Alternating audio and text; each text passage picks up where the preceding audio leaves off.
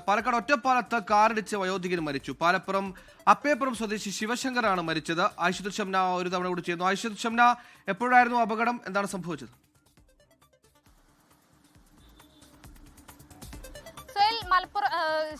പാലക്കാട് ചിനക്കത്തൂരിന് സമീപം ഇന്നലെ രാത്രി 9:30 കൂടിയായിരുന്നു ഈ അപകടം ഉണ്ടാകുന്നത്. റോഡ് മുറിച്ചു കിടക്കുന്നതിനിടെയാണ് അമിത വേഗതയിലെത്തിയ ഈ കാർ വയോധികനെ ഇടിച്ചു തെറിപ്പിച്ചത്. നമുക്ക് ആ ദൃശ്യങ്ങളിൽ നിന്ന് തന്നെ മനസ്സിലാവും. വളരെ അമിത വേഗതയിലായിരുന്നു ഈ കാർ ഉണ്ടായിരുന്നത്. ഇനി കാറിന് മറ്റെന്തെങ്കിലും ഈ ബ്രേക്ക് നഷ്ടപ്പെട്ടതോ അത്തരത്തിലുള്ള എന്തെങ്കിലും കാരണങ്ങളായിരുന്നോ ഈ അപകടത്തിന് പിന്നിൽ എന്ന അടക്കമുള്ള കാര്യങ്ങൾ ഇപ്പോൾ പോലീസ് അന്വേഷിച്ചു വരികയാണ്. സുഹേൽ, ആയിഷത്തുൽ ഷംനയാണ് ഇരു വാർത്തയുടെ വിശദാംശങ്ങൾ പാലക്കാട് നിന്ന് നൽകിയത്.